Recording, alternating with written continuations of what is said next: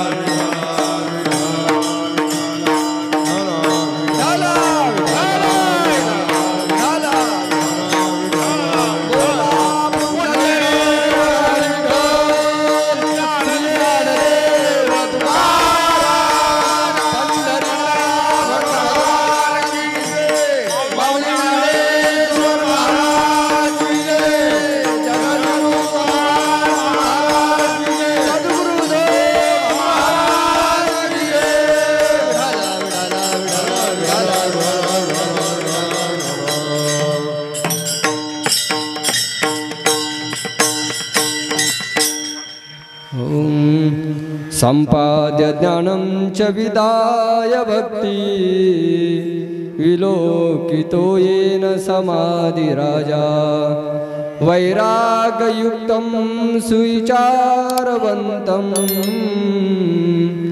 नमामि जोगं शिरसां गुरुं तं नमो विठ्ठला राजया पांडुरंगा नमो रुक्मिणी माऊली ज्ञानगंगा नमो पुंडलिका नमो चंद्रभागा नमस्कार माझा रुक्मिणी पांडुरंगा Ranga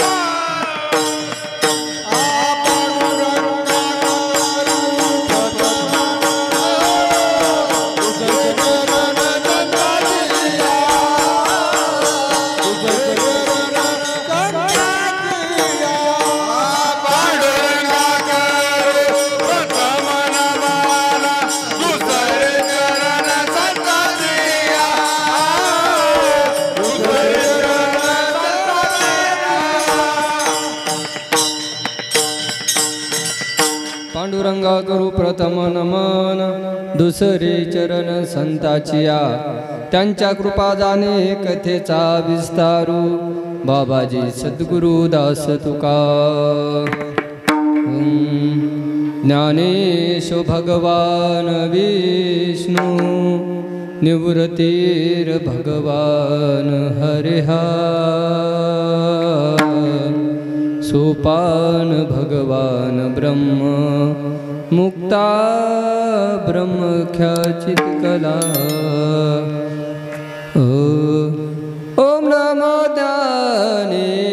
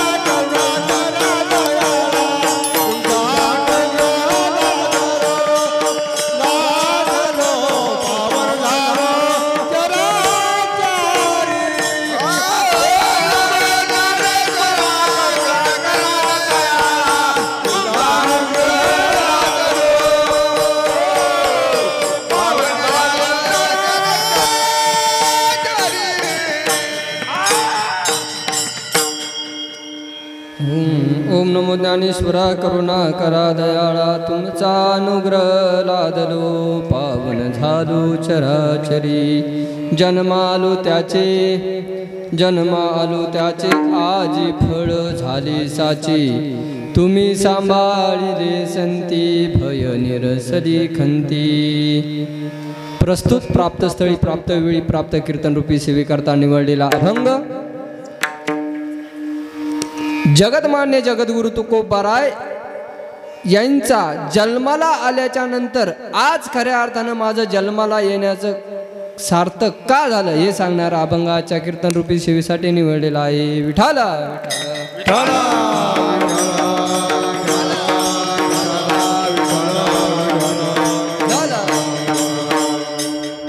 काय म्हणतात जगद्गुरु तुकोबाराय अभंगातून जन्मालो त्याचे एका साधकाने जगद्गुरु तुकोबारायला प्रश्न केला का हो तुकोबाराय आज खऱ्या अर्थानं तुमचं जन्माला येण्याचे का सार्थक झालं का तुम्ही म्हणतात की जन्म आलो त्याचे आजी फळ झाले साची।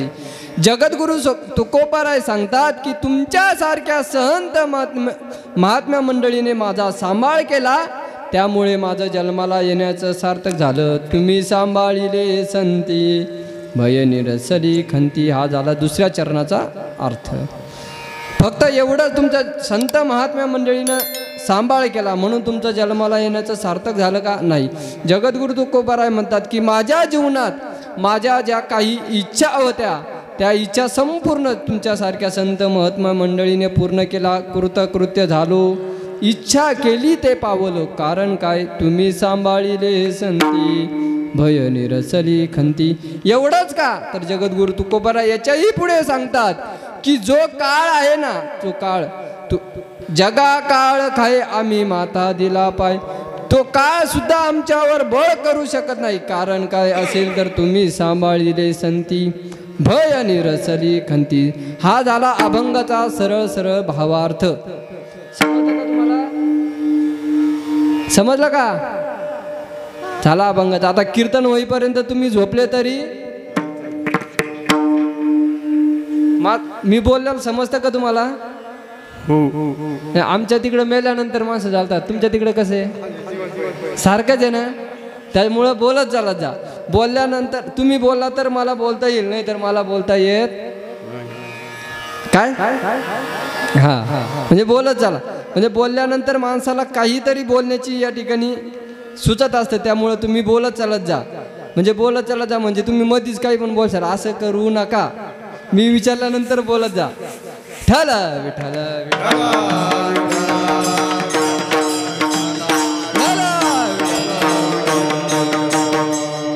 चिंतनाला प्रारंभ करण्यापूर्वी अल्पसा परिहार द्यायचा, तो म्हणजे असा की सालाबाद प्रमाणे चालत असलेला भव्य दिव्य अखंडारे नाम सप्ताह तदा ग्रंथराज ज्ञानेश्वरी पारायण सोहळा श्रीमद भागवत कथा असा चालत असलेला भव्य दिव्य अखंडारे नाम सप्ताह आपल्या परळी पंचक्रोशीतील सर्व मंडळी या ठिकाणी आलेले आहेत. त्यांच्याही चरणी साष्टांग नमन करतो. आणि आपण आजचा 3रा दिवस आहे, ज्यांच्या मुखातून आपण या ठिकाणी भागवत श्रवण करत आहोत. परमपूजनीय श्री हरिभक्त पारायण गुरुवर्य बाबाई या ठिकाणी आहेत, त्यांच्याही चरणी साष्टांग प्रणिपात करतो. आणि त्याचप्रमाणे सर्व संस्थेतले विद्यार्थी असतील, आमचे बाबा असतील, हे बाबा असतील, इकून हे बाबा असतील, ते बाबा असतील, आपले मागच्या वर्षीचे विनेकरी असतील, त्यांच्या बाजूचे रुमालवाले बाबा असतील, आमचे योगेश महाराज असतील, दादा असेल, तुम्ही सर्वजण या ठिकाणी उपस्थित आहेत. ऐक नाही काकाजी? बरोबर ना? काकाजीचे कायम फोन चालू असतात. महाराज कसं काय, कशासाठी माहिती का? मुलगी बघतात ते माझ्यासाठी. त्यासाठी त्यांचे फोन चालू असतात मधून मधून.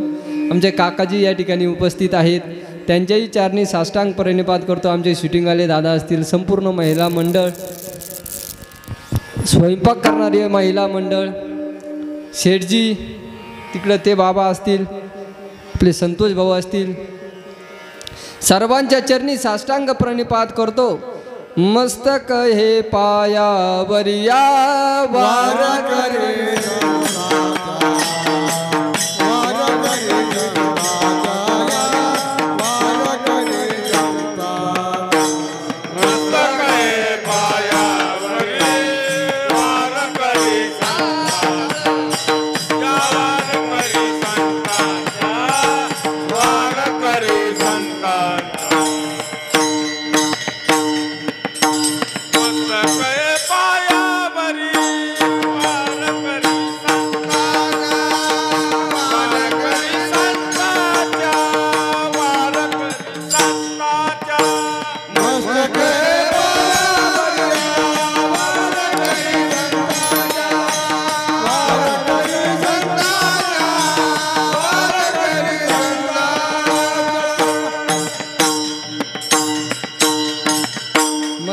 पायावरी या वार करी संताच्या.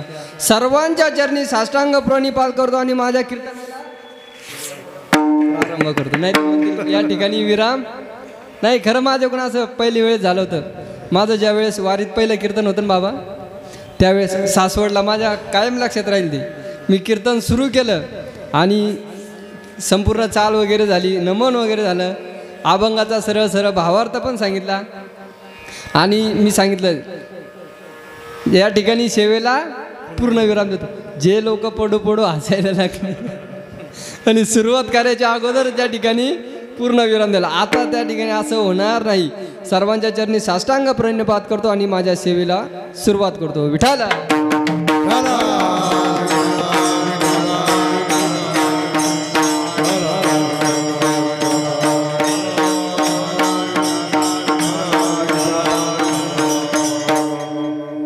जगद्गुरु तुकोबाराय म्हणतात की जन्म आलो त्याचे साधकाने जगद्गुरु तुकोबारायला प्रश्न केला, का हो तुकोबाराय, आज तुमच्या खऱ्या अर्थानं जन्माला येण्याचं सार्थक का झालं?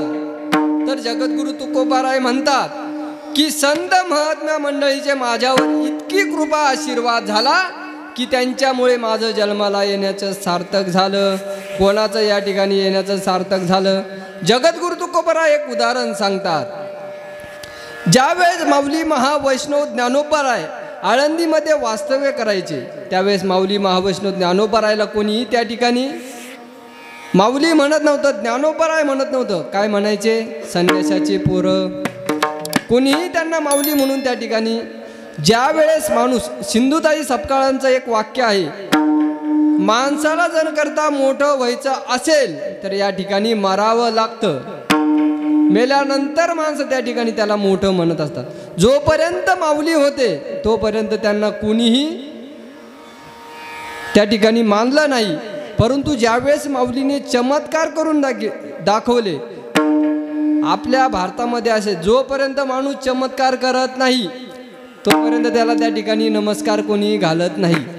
ज्यावेळेस माऊलीने काहीतरी चमत्कार करून दाखवले, रेड्यामुखी वेद बोलविला गर्भ तुझ्याचा, रेड्याच्या मुखातून ज्यावेळेस वेद बोलावला त्यावेळेस त्या ठिकाणी ते ब्राह्मण मंडळी त्या ठिकाणी त्यांना प्रणाम करायला लागले. ज्यावेळेस माऊलीने एका मेलेल्या प्रेताकडून काय करून घेतलं? काय करून घेतलं? ज्ञानेश्वरी लिहून गेली. ज्ञानेश्वरी कोणी लिहिली? सच्चिदानंद बाबा. नाही तर काय काय ठिकाणी असं विचारल्यानंतर काय सांगतात की ज्ञानेश्वरी कोणी लिहिली? तर माऊलीने. माऊलीने ज्ञानेश्वरी लिहिली नाही. ज्ञानेश्वरी म्हणजे सच्चिदानंद बाबा धरे लेखकू झाला. माऊलीने फक्त ज्ञानेश्वरी सांगितली आणि सच्चिदानंद बाबाने त्या ठिकाणी ती ज्ञानेश्वरी लिहिली. एवढं सामर्थ्य त्या ठिकाणी ज्यावेळेस ज्ञानोबारायमध्ये आलं तेव्हा त्यांना माऊली कोणीतरी म्हणायला लागलं, आपण तर आपलं काहीही खरं नाही, आपण याचं बांधकोर त्याचा बांधकोर, आपल्याला कोणीही मानणार नाही. जोपर्यंत आपण 5 वर्ष सत्तेत आहोत तोपर्यंतच आपल्या लोक साहेब साहेब करतील.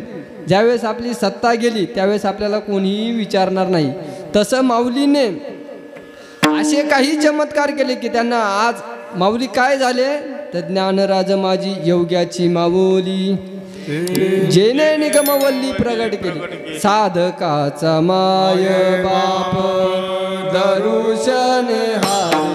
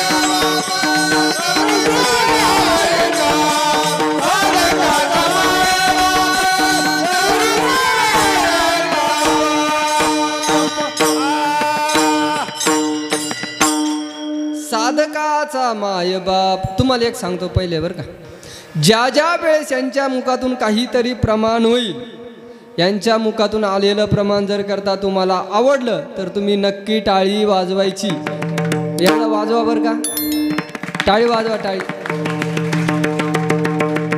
ज्यावेळेस आपण टाळी वाजवतो तर या ठिकाणी यांना म्हणण्याकरता काहीतरी उत्साह या ठिकाणी निर्माण होत असतो, म्हणून आपण टाळीचा प्रतिसाद दिला पाहिजे. ही टाळी झाली पहिल्या चालीसाठी. बरं का. आता लक्षात ठेवायचं, ज्या ज्या वेळेस काहीतरी प्रमाण येईल, जर करता एखादं प्रमाण आवडलं, यांचं जर वाजवणं आवडलं, तर आपण नक्की टाळी वाजवायची. विठाला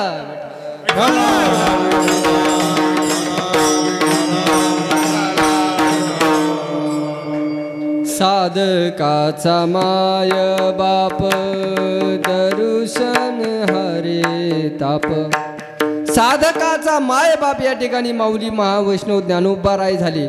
आजच्या कलियुगात जर बघितलं तर स्वतःचा पोरग जे असेल ना, ते सुद्धा कोणाला आपल्या आईवडिलांना मायबाप म्हणायला या ठिकाणी घाबरतात. महाराज घाबरतात म्हणजे त्यांना लाज वाटती.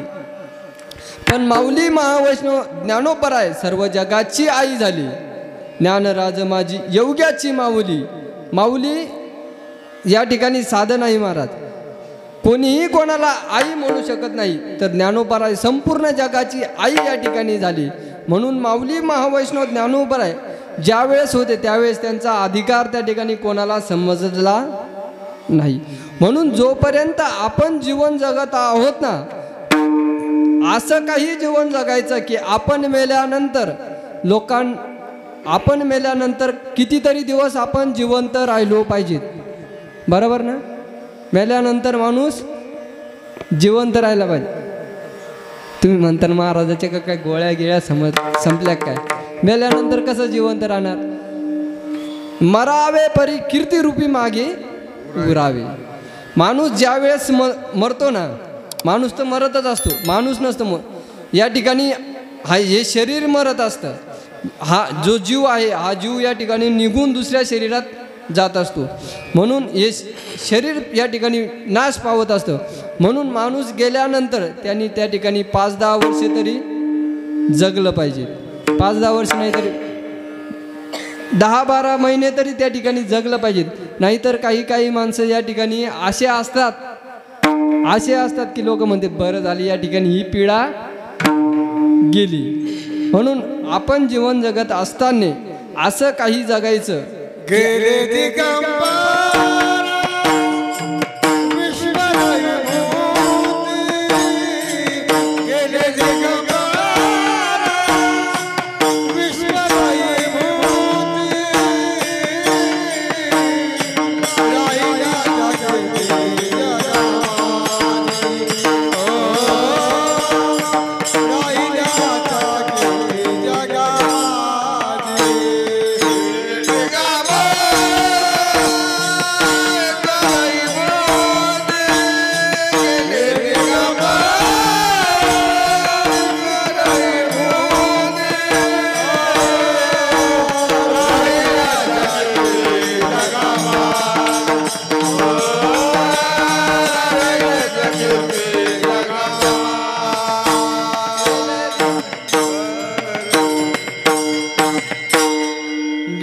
दिगंबर ईश्वर विभूती राहिल्या त्या कीर्ती जगामाज.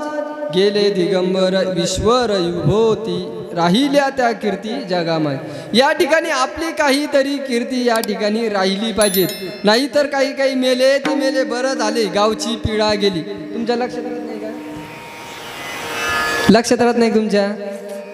काय सांगितलं होतं मी? हा वाजवा कुचरपणा करायचा नाही. असंच एकदा मी एका गावाला एका म्हातारीला म्हटलो टाळी वाजव आजी, टाळी वाजव आजी. आजी म्हणाली महाराज मी टाळी वाजवणार नाही. ती आजी म्हणाली तुझ्यासारखे कितीतरी महाराज आले आणि माझ्या समोर मेले, मी काही टाळी वाजवणार नाही. कीर्तन झालं आणि आजीच त्या ठिकाणी गेली. म्हणून आपण आपला विचार करायचा आणि टाळी वाजवायची. विठाला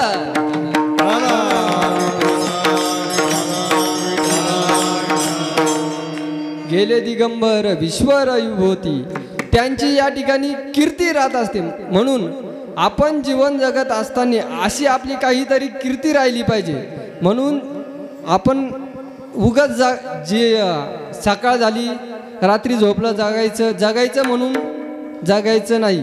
आपण काहीतरी या ठिकाणी काम केलं पाहिजे. परमपूजनीय श्री हरिभक्तपारायण जगन्नाथ अण्णा पवार त्यांनी त्यावेळेस जे कीर्तनाला जायचे ना ते त्यांच्या कीर्तनासाठी माणसं 2-2 तास अगोदर या ठिकाणी येऊन बसायचे वही आणि पेन घेऊन, कारण की त्यांची कीर्तीच अशी होती. आणि ज्यावेळेस त्यांना आजार झाला, आपण यूट्यूबलाही बघू शकतात, जगन्नाथ अण्णा पवार त्यांच्या कीर्तनाला किती समाज राहायचा महाराज. या ठिकाणी वाळवंटात ज्यावेळेस त्यांचं कीर्तन व्हायचं ना, संपूर्ण वाळवंटात फक्त एकच कीर्तन व्हायचं, अण्णाचं कीर्तन. म्हणजे ज्यावेळेस अण्णाला जो त्या ठिकाणी त्यांना रोग झाला, त्यांचा कंठ त्या ठिकाणी काढून घेतला, परंतु संत कसे असतात बघा, त्यांचा आवाज बंद झाला, परंतु त्यांनी त्यांचं आवाज बंद झाल्यानंतर काय सुरू केलं, लिखाण त्या ठिकाणी सुरू केलं. त्यांनी 5 वर्षामध्ये 70 ग्रंथ लिहिले बाबा. म्हणजे संत कसे असतात ते गेल्यानंतर अजून सुद्धा अण्णांचं या ठिकाणी बार्शी चौकामध्ये मंदिर आहे, विष्णू सहस्रनाम मंदिर. प्रत्येक तीर्थक्षेत्रामध्ये अण्णांचं त्या ठिकाणी मंदिर आहे. म्हणून आपण जीवन जगत असताना असं जीवन जगायचं की आपली काहीतरी कीर्ती या ठिकाणी राहिली पाहिजे, आपलं कोणीतरी नाव घेतलं पाहिजे. नाहीतर जीवन जगून काही आपला जन्माला येऊन काही अर्थ होत नाही.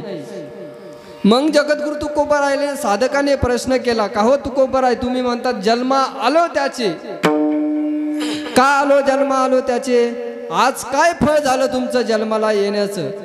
जगद्गुरु तुकोबाराय म्हणतात, हे जगद्गुरु तुकोबाराय अभंगाच्या 2ऱ्या चरणात तुम्ही सांभाळिले संती, तुम्ही सांभाळिले, तुम्ही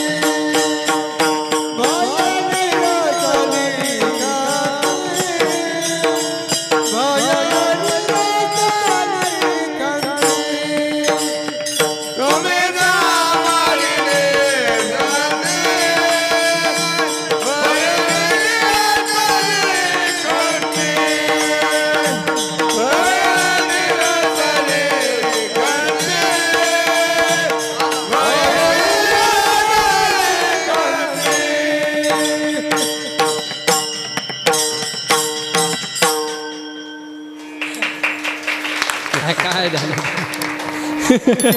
विठाला विठाला विठाला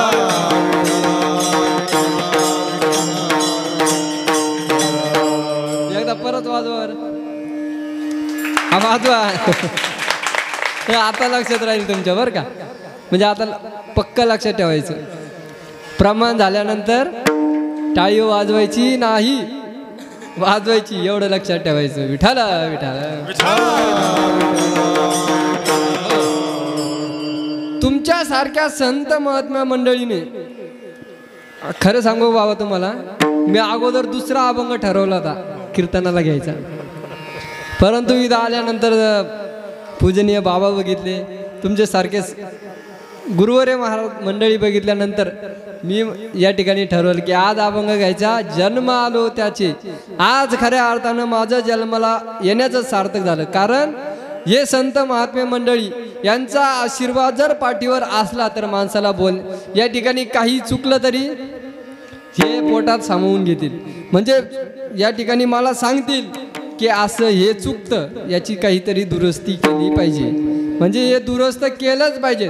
म्हणून या ठिकाणी मी अभंग घेतलात की जन्म आलो त्याचे आज ही फळ झाले. मग जगद्गुरु तुकोबाराय तुमच्यासारख्या संत महात्मा मंडळीने सांभाळ केला. सांभाळ केल्यानंतर काय होत असतं, जगद्गुरु तुकोबाराय म्हणतात की वाल्या कोळी त्या ठिकाणी त्याचा काय व्यवसाय होता, दिन रजनी हाची धंदा. गोविंदाचे पवाडे नाही, त्या ठिकाणी त्याचा एकच धंदा होता, जो येईल त्याला. आपण भागवतामध्ये सुद्धा या ठिकाणी ऐकलं की जो येईल त्याला फक्त आला की मारायचं. त्याच्या जीवनामध्ये म्हणजे कारण काय असतं, त्याला फक्त एकच काम होतं की सकाळी उठायचं. आणि आपला व्यवसाय काय आहे, आपला प्रत्येकाचा काहीतरी व्यवसाय असतो. शेठजीचा कसा व्यवसाय आहे, लोकांच्या माना मोडायच्या, बरोबर ना. त्यांचाही काहीतरी व्यवसाय आहे. यांचा काय आहे, लोकांचे पाईप तोडायचे, रात्री जाऊन पाईप तोडायचे, सकाळी आलेच लोक घ्यायला, बरोबर ना. हो का, हे शूटिंग होतंय बरं का, लक्षात ठेवा. विठाल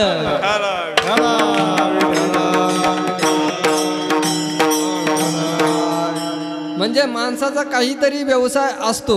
या ठिकाणी वाल्या कोळ्याचा व्यवसाय होता, जो येईल त्याला मारायचा आणि आपली उपजीविका त्या ठिकाणी पूर्ण करायची. म्हणून वाल्या कोळ्यांनी असं सांगतात, आपण काही त्यावेळेस त्या ठिकाणी नव्हतो, ते बघायला 7 भरलेले आहेत का काय. आता लोकांनी त्या ठिकाणी ते आहेत 7 लोकांनीच खडं टाकू आपलंच पाप त्या ठिकाणी त्याच्यात. म्हणजे वारीच्या वेळेस आम्ही ज्या वेळेस वारीला जातो ना, त्या ठिकाणी त्या डोंगरावर जात असतो, ते बघायला गेलो होतो.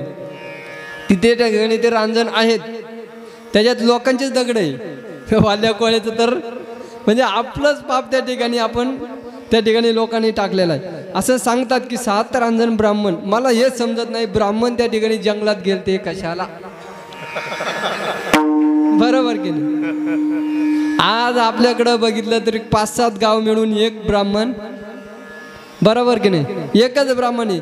त्याला जास्त लग्न तिथी असली की आपलीच पंचायत होती. आता बोलवायचं कसं, मग ते त्यांच्या पाहुण्याला बोलवतात, त्याला बोलव, म्हणजे त्याचा व्यवसाय त्या ठिकाणी. म्हणजे जो येईल त्याला त्या ठिकाणी असं सांगतात. म्हणून मी तुम्हाला सांगतो, जी कथा त्या ठिकाणी ग्रंथामध्ये आलेली आहे म्हणून सांगतो की जो येईल त्याला तो मारायचा आणि आपली उपजीविका त्या ठिकाणी भागवायचा. आणि एक वेळेचा प्रसंग आहे, नारद महर्षी त्या ठिकाणी भजन करत निघाले. नारद महर्षी नारायण श्रीमन नारायण, नारायण नारायण नारायण, नारायण श्रीमन नारायण, नारायण नारायण नारायण म्हणा.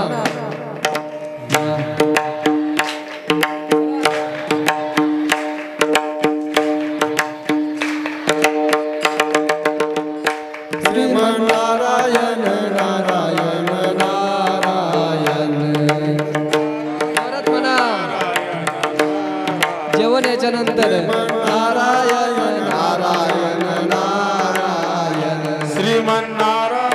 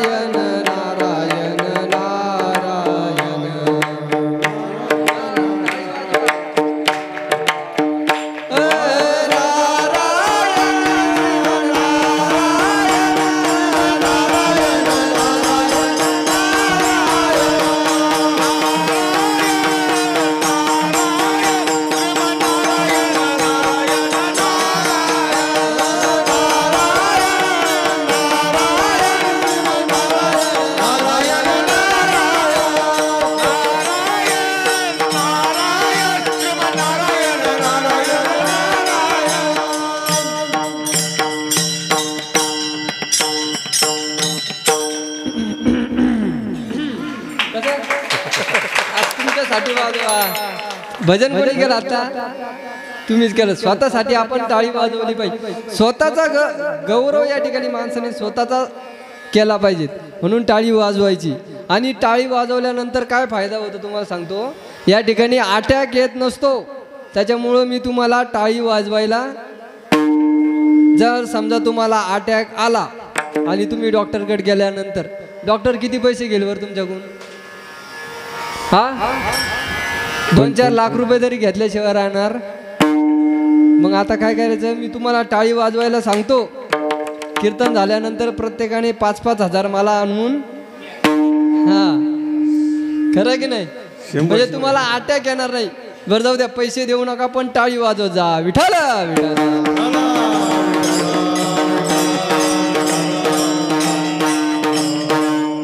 नारद महर्षी भजन करत निघाले. नारायण नारायण. नारद महर्षी त्या जंगलामध्ये आले. जंगलामध्ये आल्यानंतर वाल्या कोळीनं बघितलं आणि वाल्या कोळीनं आवाज दिला, महाराज एक बार आजा. काय म्हटला तो? महाराज इकडे या. आवाज दिल्यानंतर वाल्या कोळी त्या ठिकाणी त्यांच्याकडे गेला. गेल्यानंतर तो वाल्या कोळी काय म्हणाला, महाराज 1 मिनिट ऐका. तुमच्याकडे जे काही धन असेल, पैसा असेल, तो सर्वच सर्व मला काढून दे. वेळेस वाल्या कोळी म्हणाला, अरे बाबा माझ्याकडे पैसा नाही, माझ्याकडे सोनं नाही, माझ्याकडे पुढे शेठजी, माझ्याकडे शेठजीचं एकच चालू असते माझ्याकडे, हे कानातले लय भारी केलं. इकडं देता का इकडं देत. म्हणलं दोन्ही तुमचंच आहे, तुम्हीच घ्या. हे दोन्ही काढून घ्या आणि एक साखळी करून. त्यावेळेस वाल्या कोळी नारद महर्षी म्हणाला की तुमच्याकडे जे काही सोनं असेल, पैसा असेल, मला काढून द्या. वाल्या कोळी नारद महर्षी म्हणाले, अरे बाबा माझ्याकडे काहीही नाही, माझ्याकडे पैसा नाही. माझ्याकडे काय आहे तर माझ्याकडे फक्त चिपळ्या आहे आणि माझ्याकडे वीणा आहे. त्यावेळेस वाल्या कोळी 5G मधला होता महाराज, आत्ताच्या 2024 मधला. तो वाल्या कोळी म्हणाला, महाराज खोटं बोलू नका. आता सर्वात जास्त पैसा कोणाकडे असेल? हा हा वा वा, महाराज लोकांकडे. त्यावेळेस वाल्या कोळी म्हणाला, महाराज तुमच्याकडे जे काही धन असेल ते काढून द्या. त्यावेळेस नारद महर्षी म्हणाले, अरे बाबा आमच्या जीवनातलं जे धन आहे ते नाश न पावणारं आहे आणि तू जे धन कमवतो ते नाश पावणारं आहे. आमच्या जीवनातलं धन कोणचं आहे? परमार्थ. परमार्थ हे महाधन. परमार्थ हे महाधन. आदोरी देवाचे चरण. आदोरी देवाचे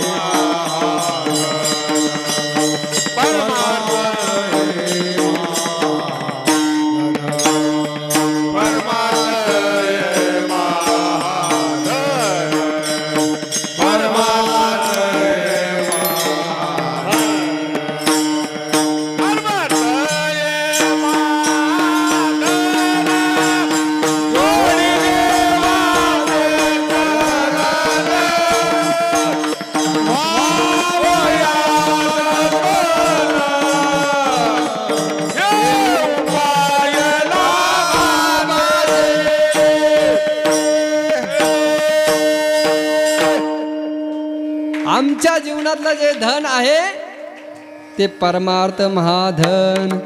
जोडी देवाचे चरण व्हावया जतन, हा उपाय लाभाचा. आमच्या जीवनातलं जे धन आहे ते नाश पावत नाही. आणि तू जे धन कमवतो कोणासाठी कमवतो बरं माणूस धन? कोणासाठी कमवतो शेठजी? बायका पोरा? आपल्याला काही नाही बाबा अजून, बरोबर की नाही? म्हणून आपण टेन्शन घेत नाही. आपण जे धन कमवतो, आपण आपल्या पत्नीकरता, आपल्या मुलांकरता या ठिकाणी जे धन कमवत असतो. वाल्या कोळ्याला त्या ठिकाणी नारद महर्षी म्हणाले, अरे बाबा, तू जे धन कोणासाठी कमवतो, हे पाप कोणासाठी करतो, लोकांच्या माना का मोडतो, कोणासाठी हे पाप करतो. त्यावेळेस वाल्या कोळी म्हणाला, माझे उपजीविका भागवावी, माझ्या मुलांचं कल्याण व्हावं, या ठिकाणी मी त्याच्यामुळे हे पाप या ठिकाणी करत असतो. तर नारद महर्षीने सांगितलं, अरे बाबा, तू हे पाप करतो, या पापातला अर्धा वाटा कोणी घेईल का. त्यावेळेस वाल्या कोळी म्हणाला, महाराज, हे पाप थोडी आहे, माझी या ठिकाणी मी उपजीविका भागवतो, म्हणजे याच्यातून मी काही पाप करत नाही. त्यावेळेस नारद महर्षीने त्याला समजावून सांगितल्यानंतर वाल्या कोळी त्या ठिकाणी समजवल्यानंतर वाल्या कोळीला नारद महर्षी म्हणाले, अरे बाबा, तू हे पाप करतो, या पापातला अर्धा वाटा कोणी घेईल का. त्यावेळेस वाल्या कोळी म्हणाला, माझ्या या पापातला अर्धा वाटा माझी बायको नक्की या ठिकाणी घेईल. माणसाचा सर्वात जास्त जीव कोणात असतो, बाबा, हा, बायकोमध्ये, बरोबर की नाही. आपल्याला माहिती आपलं झालं नाही, त्यामुळं आपल्याला माहिती नाही. माणसाचा सर्वात जास्त जीव कोणात असतो, बायकोमध्ये. वाल्या कोळी घरी आल्यानंतर सर्वात प्रथम आपल्या बायकोला विचारलं, अगं ए जानू, असं म्हटलं का तू, नाही. त्यांनी त्याच्या पत्नीला आवाज दिला, अगं ऐकतेस का. त्यावेळेस त्याची पत्नी घरातून बाहेर आली. बाहेर आल्यानंतर त्यांनी आवाज दिला, बोला महाराज, मालक काय म्हणतात. त्यावेळेस त्याची पत्नी पतिव्रता होती बरं का बाबा. ती बाहेर आल्यानंतर त्यांनी सांगितलं, बोला मालक काय म्हणतात. त्यावेळेस वाल्या कोळी म्हणाला, अहो अगं ऐकतेस का, मी तुझ्यासाठी लोकांच्या माना मोडतो, एवढं पाप करतो, या पापातला अर्धा वाटा तू या ठिकाणी घेशील का. त्यावेळेस महाराज, ती वाल्या कोळ्याची बायको होती. आजकालच्या वाल्याची बायको नव्हती, ती वाल्या कोळ्याची बायको होती. आजच्या वेळची बायको कशी आहे, फेसबुक, इंस्टाग्राम, व्हॉट्सअप याच्यामध्ये ती दंग आहे. त्यामुळे ती पतिव्रता असल्यामुळे ती म्हणाली, मालक 2 मिनिट या ठिकाणी थांबा. ती घरात गेली आणि उतरंडीला हात लावला आणि बाहेर धावत आली.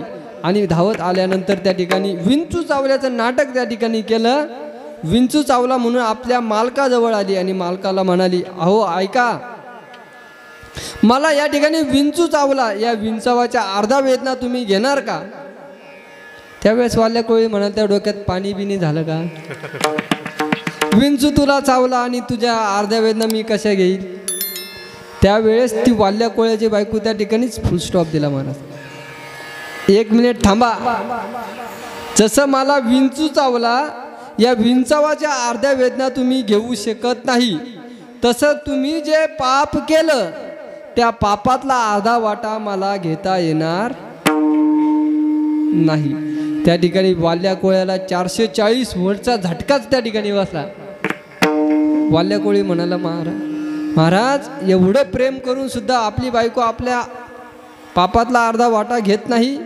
मग त्या ठिकाणी वाल्या कोळी त्या ठिकाणी नाराज झाल्यानंतर आपल्या मुलांकडे गेला. मुलांनाही प्रश्न केला. मुलांनी सांगितलं, बाबा तुमचं कर्तव्य आहे आम्हाला लहानचं मोठं करणे. त्यामुळे त्यावेळेस वाल्या कोळी त्या ठिकाणी नाराज झाला. मुलांनीही तेच उत्तर त्या ठिकाणी दिलं, तुम्ही जे पाप करता ते तुम्हाला भोगावं लागेल, त्या पापातला अर्धा वाटा आम्हाला घेता येणार नाही. शेवटी माणूस सगळं झाल्यानंतर शेवटी कोणाकडे येत असतो, सगळे उपाय संपल्यानंतर आपल्या आई वडिलांकडे येत असतो. तोपर्यंत माणसाला आपले आई वडील दिसत नाही.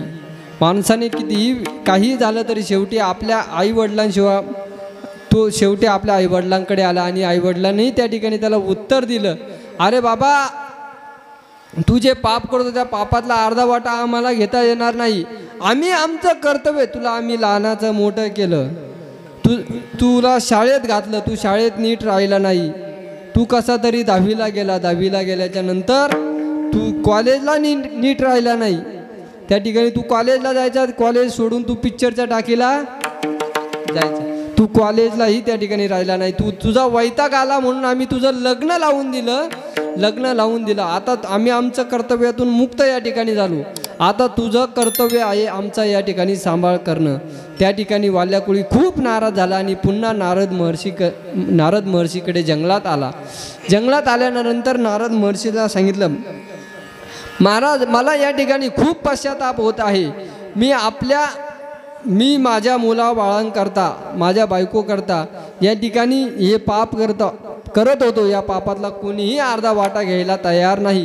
म्हणून मला या पापातून मुक्त कसं होता येईल या ठिकाणी तुम्ही काहीतरी मला उपाय सांगा. त्यावेळेस नारद महर्षीने त्याला सांगितलं, तू फक्त भगवान परमात्म्याचं नामचिंतन कर. नामाचे चिंतन प्रगाट पसार आसाल ते करा जेते. नारद महर्षीने त्या ठिकाणी त्याला सांगितलं, अरे वाल्या, या ठिकाणी तू भगवान परमात्म्याचं नामचिंतन कर.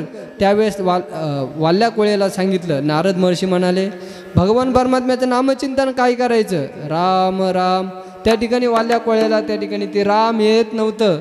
काही माणसं अजून सुद्धा आहेत, ते एक वेळेस रम रम म्हणतील पण राम म्हणणार खरं आहे. त्यावेळेस काही सकाळी माणसं मंदिरात येतात, त्यांना राम राम घातलं की ते नमस्कार घालतात. त्यांना अजून पण असे नास्तिक माणसं या ठिकाणी आहेत. म्हणून आपण राम राम या ठिकाणी म्हटलं पाहिजे. राम राम त्या ठिकाणी त्याला वाल्या कोळ्याला जमत नव्हतं. त्याला फक्त त्याचा एकच व्यवसाय होता, जो येईल त्याला मारायचं. त्या ठिकाणी वाल्या कोळ्याला त्या नारद महर्षीने सांगितलं, अरे बाबा मरा तरी म्हण. मराचं केव्हा त्या मराचं राम झालं तेव्हा त्याला कळालं नाही. आणि त्या वाल्या कोळ्याने काय केलं? भगवान परमात्म्याला जन्माला येण्याच्या अगोदर भगवान परमात्म्याचं संपूर्ण चरित्र त्या ठिकाणी केले रामायण.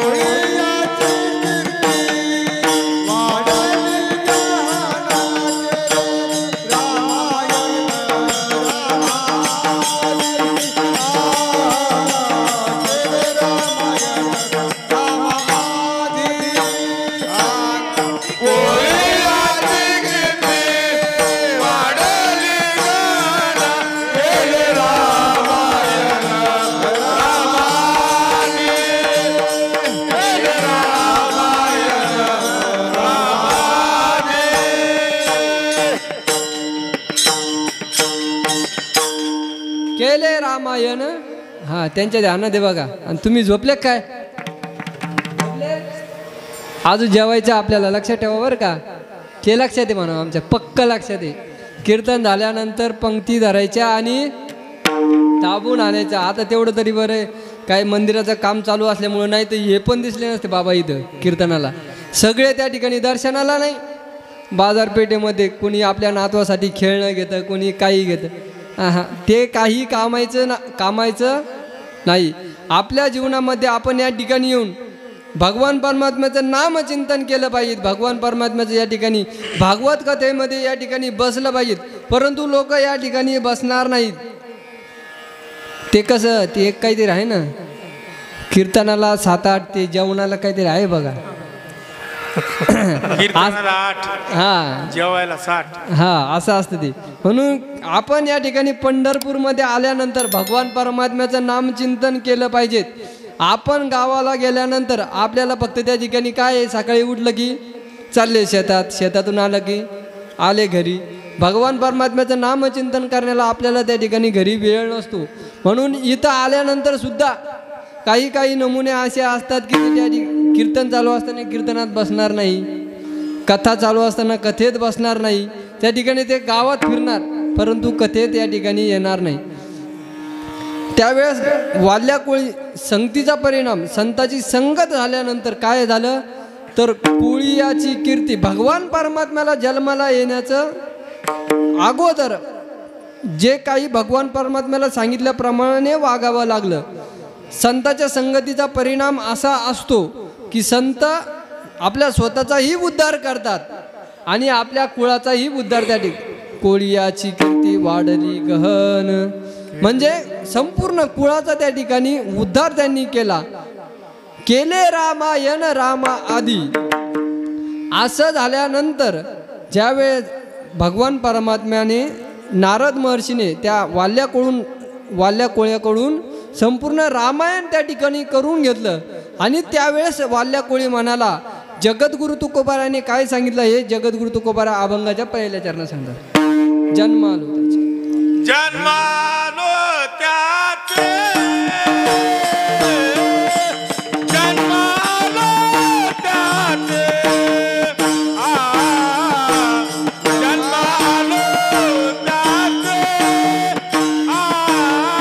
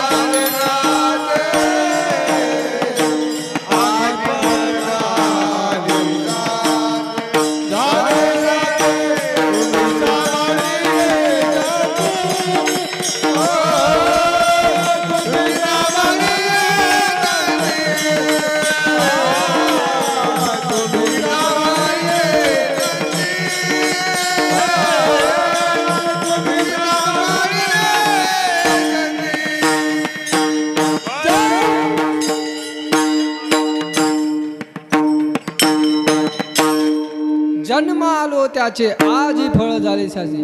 म्हणजे संताच्या संगतीत गेल्यानंतर वाल्या कोळ्याचा त्या ठिकाणी उद्धार झाला. म्हणजे जगद्गुरु तुकोबाराय म्हणतात की अशा संत महात्म्या मंडळीने आमच्या सारख्यांचा सांभाळ केला म्हणून आमचं जन्माला येण्याचं खऱ्या अर्थाने आज सार्थक झालं. म्हणजे अभंग तेव्हाच आहे. तेव्हा जगद्गुरु तुकोबाराय सांगतात की जन्म आलो त्याचे आजी फळ झाले साचे. म्हणजे संताच्या संगतीत गेल्यानंतर काय हो, संताच्या संगती मनोमार्ग गती आकळावा शिरपती. म्हणजे आपल्याला भगवान परमात्म्याला सुद्धा आपण जसं म्हणू तसं त्या ठिकाणी वागावं लागत असतं. म्हणून फक्त आपण काय केलं पाहिजे, झोपा काढल्या भगवान परमात्म्याचं नामचिंतन त्या ठिकाणी केलं पाहिजे. कथा चालू असताना त्या ठिकाणी रूममध्ये झोपून जमणार नाही, या ठिकाणी कथेत येऊन बसावं लागेल. नाहीतर काही माणसं त्या ठिकाणी रूममध्ये, आज बघितलं मी बाबा कथा चालू असताना एका माणसाने तो फॅन होता तो फॅन सुद्धा बाहेर नेऊन ठेवला. हा राग कथेला येणार नाही. परंतु या ठिकाणी कथेला आलं पाहिजेत. म्हणजे संतांच्या संगतीत आल्यानंतर जन्माला येण्याचं खऱ्या अर्थाने सार्थक होत असतं. परंतु माणसं असं करणार नाही. त्या ठिकाणी बाहेर कुठंतरी फिरायला जातील, रूममध्ये झोपतील, परंतु कथेला येणार नाही. म्हणून एकदा सर्वांनी मोठ्या प्रेमाने भगवान परमात्म्याचं नामचिंतन या ठिकाणी करायचं. सर्वांनी हात वरती करा, करा वरती हात. बाबा केले केले का? चहा घेऊन थोडीशी. हा वरती हात करा सर्वांनी. विठोबा रखुमा, विठोबा रखुमा, विठोबा विठोबा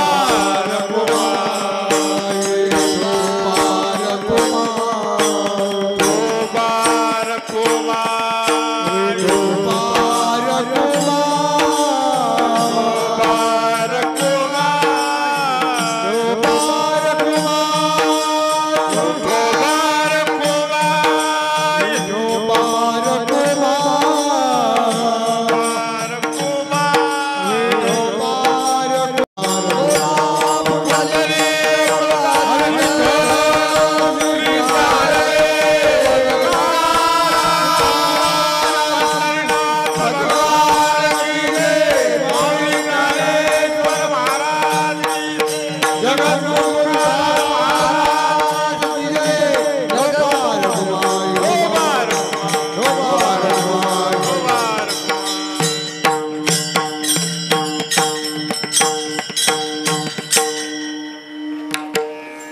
हात ऑटोमॅटिक खाली गेले. हा उपाय लावायचा. आज काहीतरी येणार, काष्टा सुटला म्हणजे आज काहीतरी भेटत असतं. असं नसतं सुटत. तो या ठिकाणी काहीतरी लाभ होणार आहे. आज कोणीतरी या ठिकाणी पंगत करणार, मोठी पंगत आमरसाची. आता दिवस कशाचे शेठजी? आमरसाची आहे. कधी? परवा दिवशी. हा आमरसाची या ठिकाणी पंगत होणार आहे बर का. एक शेठजीची काय? हा जमलं मग. हा असा मोठा माणूस पाहिजे तब्येतीना मनाना. म्हणून या ठिकाणी आपल्याला सांगायची गरज पडत नाही. हात वर घ्या म्हणून सांगायचं, परंतु कोणी परत सांगायची गरज पडत नाही हात खाली घ्या म्हणून. त्या पहा त्या आजीचे हात अजून वर आहे का? हातच तसे. म्हणून आपण भगवान परमात्म्याचं नामचिंतन केलं पाहिजे. जगद्गुरु तुकोबराय म्हणतात, जन्म आलो त्याचे आजी फळ झाले साचे. म्हणजे संतांच्या संगतीत गेल्यानंतर संत आपलाही उद्धार करत असतात आणि आपल्या कुळाचाही त्या ठिकाणी उद्धार करत असतात. म्हणून जन्म आलो त्याचे. आणि अशा संत महात्म्याच्या संगतीत गेल्यानंतर काय होत असतं? जगद्गुरु तुकोबाराय अभंगाच्या 4थ्या चरणात सांगतात की तो काळ सुद्धा आमच्यावर बळ करू शकणार नाही. तुका म्हणे काळ,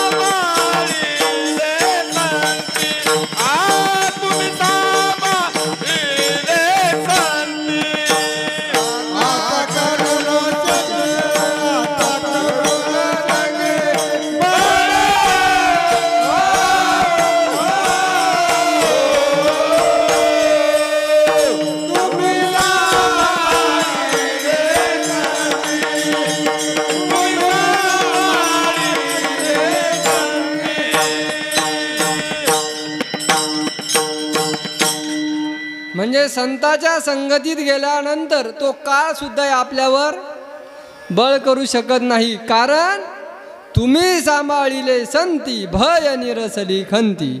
म्हणून आता या ठिकाणी आपण थांबलं तरी काही हरकत म्हणजे कसं असतं माहिती का, सरकारी शाळा माहिती ना तुम्हाला, म्हणजे ती किती उशिरा भरू द्या परंतु ती टायमावर, म्हणजे ती 4ला घरी जाणार म्हणजे शिक्षक किती पण उशिरा येऊ द्या 4ला बराबर घरी जाणार. म्हणून आपलं सरकारी काम आहे, आपण सरकारी नोकरीवाला माणूस आहे, म्हणजे तसं काही नाही. परंतु आपण दिवसभर या ठिकाणी थकलेला असतो, या ठिकाणी कथेत बसतो, संपूर्ण या ठिकाणी कथेत जागा नसती बाबा, संपूर्ण म्हणजे कशी जागा नसती, बरोबर ना बाबा. म्हणजे चेंगराचेंगरी होते, त्यामुळं लोक या ठिकाणी कथेला येत नसतात, त्या ठिकाणी रूममध्ये झोपतात.